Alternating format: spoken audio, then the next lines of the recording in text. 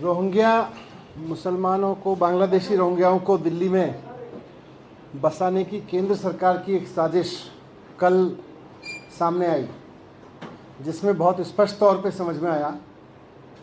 क्योंकि कल सुबह मैंने पहले अखबार में एक रिपोर्ट देखी कि केंद्र सरकार रोहिंग्याओं को यहाँ पर एनडीएमसी के बनाए हुए फ्लैट देने जा रही है।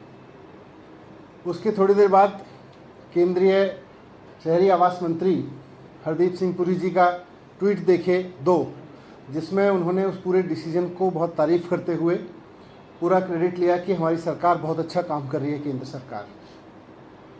उसके बाद जब मीडिया में ये पूरा मसला उठा तो भारतीय जनता पार्टी भी बैकफुट पे आई और केंद्र सरकार भी बैकफुट पे आई।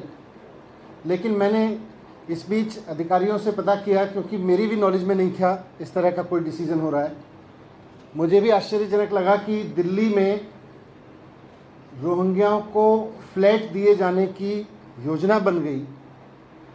ना मुख्यमंत्री जी को पता, मेरे पास गृह विभाग का चार्ज है दिल्ली के गृह मंत्री को नहीं पता, दिल्ली के मुख्यमंत्री को नहीं पता, और अखबारों से पता चल रहा है कि यहाँ पर रोहिंग्याओं को फ्लैट्स देने की योजना चल रही है।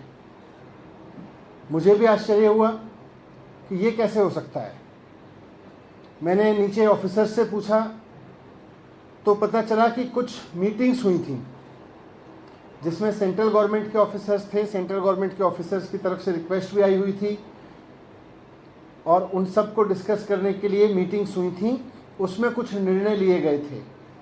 मैंने जब डिटेल्स मांगे कि क्या निर्णय थे, कैसे थे, फाइल देखी तो समझ में आया कि बाकायदा केंद्र सरकार की मंजूरी के लिए बिना, और उस फाइल में लिखा हुआ था कि सीधे सीएस के थ्रू इन डिसीजंस को लेके इम्प्लीमेंट कराने के लिए केंद्र सरकार की मंजूरी के लिए एलजी साहब के पास में भेजा जा रहा है। मुझे लगा कि पूरी तरह से दिल्ली की चुनी हुई सरकार से छिपा के, दिल्ली के मुख्यमंत्री से छिपा के, दिल्ली के गृह मंत्री से छिपा के ये साजिश क्यों की जा रही है। इस पर जब मैंने भी बयान दिया, अपना स्टेटमेंट दिया, तो उसके बाद केंद्र सरकार फिर थोड़ा बैकफुट पे आके केंद्रीय गृह मंत्रालय ने एक बयान जारी किया कि नहीं साहब, हमारा स्टैंड तो ये है। अब सवाल उठता है कि अगर केंद्र सरकार का स्टैंड ये है और दिल्ली सरकार बार बार अपना रुख साफ कर चुकी है कि किसी भी तरह के अवैध प्रवास को, रोहिंग्याओं के किसी भी तरह के प्रवास को दिल्ली सरकार दिल्ली की सुरक्षा के लिए, देश की सुरक्षा के लिए खतरा मानती है, वैसे में उनको फ्लैट देने की किसी योजना का तो सवाल ही नहीं उठता। केंद्र सरकार का गृह मंत्रालय कह रहा है कि हम नहीं कर रहे, फिर ये कर कौन रहा था? अगर ये स्टैंड केंद्र सरकार के कुछ लोगों ने, और जिसकी पुष्टि इस बात से भी होती है कि हरदीप सिंह पुरी जी ने बाकायदा उसको अपलोड करते हुए ट्वीट किया था, केंद्रीय आवास मंत्री हैं वो, और अगर दिल्ली में आवास दिए जा रहे हैं और केंद्रीय आवास मंत्री उसको अपलोड करके कह रहे हैं केंद्र की ये शानदार योजना है, और केंद्र सरकार के अफसर और दिल्ली सरकार के अफसर मीटिंग करके, दिल्ली पुलिस के ऑफिसर मीटिंग करके कुछ डिसीजन ले रहे हैं और फिर उनको बिना चुनी हुई सरकार को दिखाए एलजी के अप्रूवल के लिए भेज रहे हैं, तो फिर ये करा कौन रहा है? अगर केंद्र सरकार इसके खिलाफ है तो फिर कौन करा रहा है?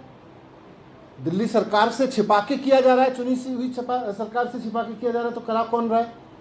केंद्रीय मंत्री जी इसकी तारीफ कर रहे हैं तो फिर करा कौन रहा है? केंद्र सरकार के ऑफिसर्स भी मीटिंग्स में डिसीजन ले रहे हैं तो करा कौन रहा है?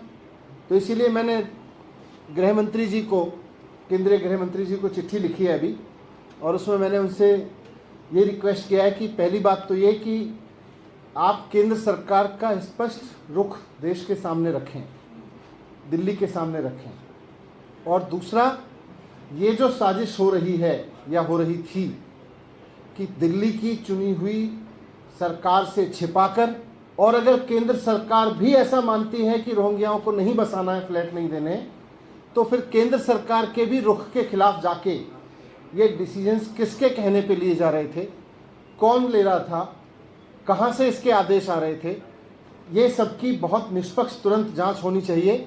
और जो भी लोग अगर केंद्र सरकार के रुख के खिलाफ जा रहे थे तो केंद्र सरकार के रुख के खिलाफ, और दिल्ली की सरकार से चुनी हुई सरकार से छिपा के डिसीजन लेना चाह रहे थे, तो उनके खिलाफ सख्त कार्रवाई होनी चाहिए। ये मैंने केंद्रीय गृह मंत्री जी को अभी चिट्ठी लिखी है। मनीष जी, डिविजनल कमिश्नर ने ये तैयार किया था, प्रस्ताव किया था कि उनको यहाँ से शिफ्ट करके और बकरवाला में रखा जाए, और चीफ सेक्रेटरी ने उसको पास किया। उससे पहले ये एसडीएम के लेवल पे भी ये तैयार हुआ था कि उनका क्या विकल्प है, कहाँ पे रखा जाए। इस पूरी प्रक्रिया में कहीं से भी दिल्ली सरकार को लूप में नहीं। मैं इसलिए बोल रहा हूँ कि फिर दिल्ली सरकार दिल्ली के मंत्रियों से नहीं पूछ रहे, मुख्यमंत्री से डिस्कस नहीं कर रहे, अचानक कोई एफआरआरओ की चिट्ठी आती है, उसके बेस पे एनडीएमसी को लिख देते हैं। फिर एक केंद्र के मंत्री जी कहते हैं, आवास मंत्री हैं जो कि हाँ बहुत बढ़िया है, फ्लैट दिए, आवास दिए जा रहे हैं, हम अपने तारीफ करते हैं सरकार की। फिर जब हम कहते हैं भाई चुनी हुई सरकार को तो पता ही नहीं है, पूछ ही नहीं रहे, फिर गृह मंत्रालय कहता है हमें भी नहीं पता, या हम ऐसा नहीं चाह रहे। तो फिर ये साजिश क्या हुई है, किसने की है और किसके कहने पे की है, कौन लोग ये डिसीजन ले रहे थे, क्यों ले रहे थे? दिल्ली गवर्नमेंट के जो होम डिपार्टमेंट के सेक्रेटरी हैं उनके, वो भी लूप में थे, वो भी आप। मैं वही पूछ रहा हूँ ना कि जब केंद्र सरकार भी कह रही है, अगर केंद्र सरकार का ये रुख है, पहले तो केंद्र सरकार अपना रुख स्पष्ट करे, और फिर मैं तो स्पष्ट रूप से लिख के दे रहा हूँ। सर, आप ये जो फ्लैट वाली योजना है इसके विरोध में है, या फिर ये रोहिंग्या ही दिल्ली में नहीं होने चाहिए, आप इसके विरोध में है? नीति और विचारधारा क्या है? नीति और विचारधारा इस रूप में स्पष्ट है कि रोहिंग्याओं को किसी भी तरह के अस्थायी स्थायी निवास के लिए, क्योंकि अगर कोई भी इलीगल माइग्रेंट है या इलीगल ऑक्यूपेंट है और वो देश की नीतियों के खिलाफ देश में रह रहा है, तो उसके खिलाफ तो केंद्र सरकार को एक्शन लेना चाहिए।